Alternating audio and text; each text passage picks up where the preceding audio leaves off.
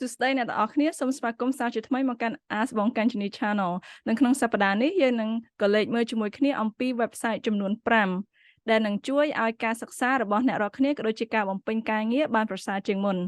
តោះ intro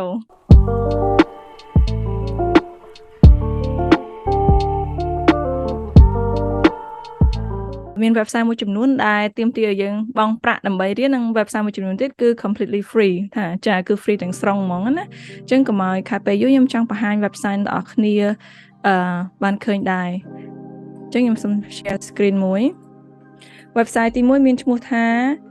Udemy អញ្ចឹងប្រហែលជាទាំងអស់គ្នាមួយចំនួនស្គាល់ website ហ្នឹងឬក៏អត់បានស្គាល់ចានេះគឺជា website Udemy ក្នុង website នេះគឺមាន course ជាច្រើនសម្រាប់ណាគេដែលត្រូវការរៀន coding អីផ្សេងៗណាហើយតម្លៃវាក៏ពិតមិនដល់ថ្នាក់ហ្នឹងទេដូចថាគេសម្បូរ promotion ណាភាគច្រើនគឺតម្លៃក្នុង9.99 បានន័យថាវា$10ហើយ 9.99 11.99 10.99 អីចឹងទៅប៉ុន្តែឥឡូវនេះគេអត់ promotion ទៅវាឃើញតម្លៃនឹងរត់ចេញមកហើយប្រហែលជាខ្ញុំអត់ log in ដែរអញ្ចឹងនេះគឺជា website មួយហើយមាន course មួយចំនួនដែលខ្ញុំចូលចិត្តរៀនមាន course ដូចជា public speaking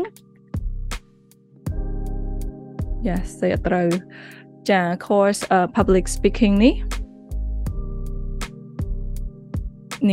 ដែលខ្ញុំចូលចិត្តរៀនមួយគាត់មែនតើគាត់មានឈ្មោះថា Chris Haroon មាន content ច្រើននៅក្នុងនឹងឲ្យតថាបកែអង្គុយមើលអញ្ចឹងណាដូចទីហោដូចកន្លែងនេះ identify with your audience what the purpose of your speech how to start your presentation what to include and how to structure the content beating writer's block and ending your presentation ហ្នឹងជាមេរៀនមួយដែលខ្ញុំចូលចិត្តរៀននៅក្នុងហ្នឹងហើយមានអីគេទៀតចាមានច្រើនមែនតើនៅលើ Udemy ហ្នឹងមានវគ្គជាច្រើនមានវគ្គមួយដែលខ្ញុំចូលចិត្តរៀនដែរ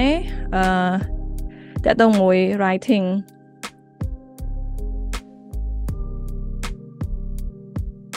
នេះ writing with flair គាត់នេះ Shani Raja ហ្នឹងខ្ញុំធ្លាប់រៀនជាមួយគាត់ច្រើនដែរដោយសារគាត់ជាអ្នកសរសេរដែលល្បីល្បាញដែរអញ្ចឹងនៅ Udemy សម្បូរបែបមែនតើនេះជាវគ្គមួយដែល website មួយដែលយើងអាចទៅរៀនបានតែប៉ុន្តែតម្លៃវាអត់ថ្លៃដូចយើងឃើញនៅលើ screen ហ្នឹងទេតែតម្លៃតែចង់និយាយថា$10 $11 $12ប៉ុណ្ណឹងឯងអត់ថ្លៃជាងហ្នឹងទេអញ្ចឹងនេះយើងមើលគ្រាន់តែអ្នកចូលរៀន complete 2023 web development bootcamp នេះហើយទាំងអស់គ្នារៀនជំនាញនេះគឺអត់ចេះខ្វះការងារធ្វើទេជាពិសេសនៅក្នុងយុគសម័យបច្ចេកវិទ្យានេះគឺច្រើនមែនតើចាយើងមើលមកទាំងអស់នៅក្នុងនឹងអ្នក IT ចូលចិត្តហើយកន្លែងនេះអញ្ចឹងwebsite ទី1គឺ udemy.com ហ្នឹងចា website ទី2គឺ Skillshare នេះ Skillshare តម្លៃគេបង់ជា subscription វិញ Skillshare គឺបង់ជា subscription មានច្រើននៅក្នុងហ្នឹងនេះមាន YouTuber ល្បីៗគេធ្វើមេរៀននៅលើហ្នឹងច្រើនអញ្ចឹងមួយឆ្នាំត្រឹមតែដូចជា$50អីទេហើយយើងអាចចង់ដឹងថាវាស័ក្តិសមមួយយើងអត់យើងអាចសាកចូលរៀន7ថ្ងៃសិនចា website ទី3 edX.org ខ្ញុំចូលចិត្ត website ហ្នឹងខ្លាំងមែនតើពីព្រោះមេរៀនសិតតែបរៀនដោយuniversity ណាសាកលវិទ្យាល័យលំដាប់ពិភពលោក free ទាំងស្រុងតែបើថាយើងចង់បាន certificate យើងត្រូវបង់លុយឲ្យគេអញ្ចឹងទៅចា strategic communication in society artificial intelligence implication for business strategy Oxford Senior Leadership Executive Program nutrition science Master of Science អីណាអីចឹងណាបើសិនជាយើងចង់រៀនដល់អនុបណ្ឌិតយើងអាចរៀនបានច្រើនថ្ងៃនេះ Generative AI for Business Leaders អូខេឥឡូវ AI យើងលើគ្រប់កន្លែងចាហើយយើងឃើញនេះwebsite នេះសិតតែមកពីសាលាធំដូចជា Massachusetts Institute of Technology Harvard University អីចឹងទៅចាមានក្រុមហ៊ុន Google អីច្រើនទៀតនៅក្នុងហ្នឹងនេះសិតតែឈ្មោះល្បី Amazon IBM អីចឹងទៅនឹង website មួយទៀត website ទី4គឺ Coursera ដូចគ្នាដែរស្តៀងជាមួយនឹង edX គឺមេរៀនផ្ដល់ដោយសាលាលំដាប់ពិភពលោកហ្មងមានសាលា Duke Google Michigan State University នឹងប្រហែលជានឹងហើយ Imperial College London Stanford Penn អីចឹងទៅចាអញ្ចឹងcourse នៅនឹងមានច្រើននេះ Google Project Management IBM Project Manager ច្រើនមែនតើអញ្ចឹង free ដូចគ្នាដែរហើយបើយើងចង់បាន certificate យើងបង់លុយចាតាម course ផ្សេងហើយ website មួយចុងក្រោយនេះសំខាន់មែនតើសម្រាប់បងប្អូនដែលនៅរៀននៅ high school នៅឡើយគឺមានឈ្មោះថា Khan Academy ចា Khan Academy ហើយខ្ញុំគោរព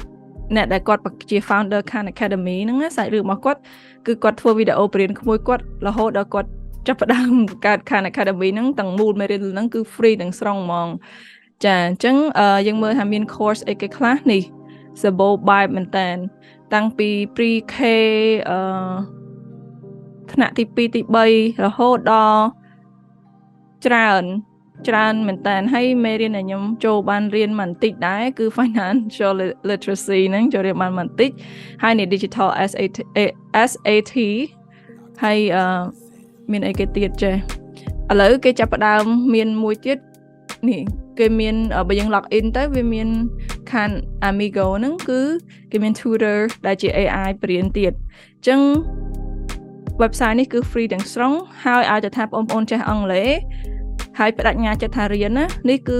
ការអប់រំលំដាប់អន្តរជាតិ free ចានិយាយទៅគឺសម័យអ៊ីនធឺណិតយើងចង់រៀនអីគឺវាស្រួលបែបហ្នឹងអញ្ចឹងសង្ខេបមកវិញ website ទាំង5ហ្នឹងទី1មិញមាន Udemy ទី2មាន edX ទី3មាន Coursera ទី4 Skillshare ហើយនិងទី5 Khan Academy អញ្ចឹងសង្ឃឹមថាវីដេអូទូចមួយនេះជាដូចថាជាយោបល់បើសិនជាអ្នកគ្នាចង់រៀននៅចង់និយាយថាអភិវឌ្ឍខ្លួនឯងទៅផ្នែកការងារការសិក្សាអាច check មើល website ទាំង5ហ្នឹងបានអរគុណច្រើនជួបគ្នានៅវីដេអូក្រោយកុំភ្លេចជួយ like share និង subscribe ផងដែរអរគុណ bye